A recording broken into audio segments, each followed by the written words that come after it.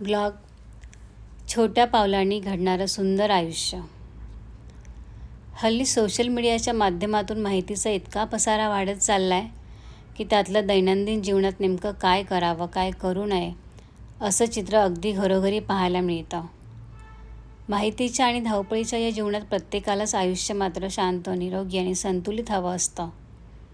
मन शांत असावं, शरीर तंदुरुस्त असावं, विचार सकारात्मक असावेत आणि दिवस समाधानाने भरलेला असावा.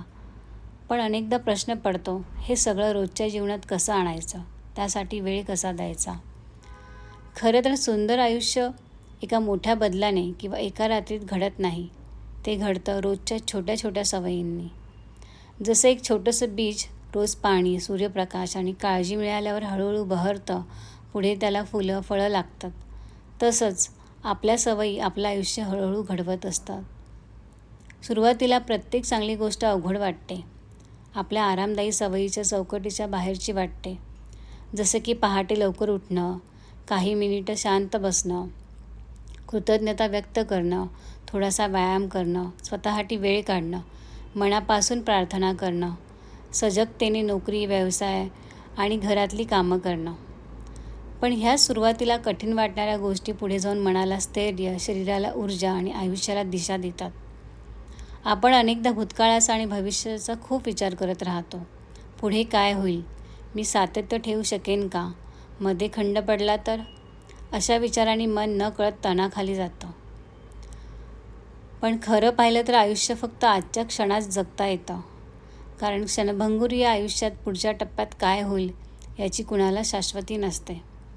उद्याची चिंता, कालच्या गोष्टींचं ओझं घेऊन चाललो की वर्तमान हरवत जातो. त्यामुळे कधीकधी फक्त एवढंच पुरेसं असतं. आजचा दिवस चांगला जगायचा. आज थोडं स्वतःसाठी करायचं. आज शरीराची काळजी घ्यायची. आज मन शांत ठेवायचा प्रयत्न करायचा. आज प्रेमाने काम करायचं. आज कृतज्ञ राहायचं. बस.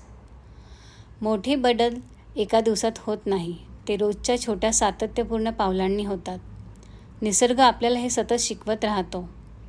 पहाटेची शांतता, हळूवर उगवणारा सूर्य, थंड हवा, पक्ष्यांचा मधुर आवाज हे सगळं जणू रोज सांगत असतं, ही नव्याने सुरुवात करण्याची वेळ आहे. पहाट ही फक्त दिवसाची सुरुवात नसते. ती नव्या ऊर्जेची, नव्या विचारांची आणि नव्या आशेची सुरुवात असते. त्यामुळे दिवसाची सुरुवात शांत आणि सजग पद्धतीने झाली तर संपूर्ण दिवसाची दिशा बदलू शकते. पण जीवनात प्रत्येक दिवस सारखा नसतो. कधी काम जास्त असतं, कधी शरीर थकतं, कधी मन भावनिक होतं, कधी परिस्थिती आपल्या मनासारखी नसते. अशा वेळी स्वतःवर रागावण्यापेक्षा स्वतःला समजून घेणं जास्त महत्त्वाचं असतं. एका दिवशी काही राहून गेलं तर त्याला अपयश समजायचं नाही, पुन्हा शांतपणे सुरुवात करायची. सातत्य म्हणजे कधीच न थांबणं नाही. सातत्य म्हणजे प्रत्येक वेळी पुन्हा उभं राहणं. कधी फक्त 10 मिनिटं चाललं तरी पुरेसं असतं. कधी 2 मिनिटं शांत बसणंही पुरेसं असतं.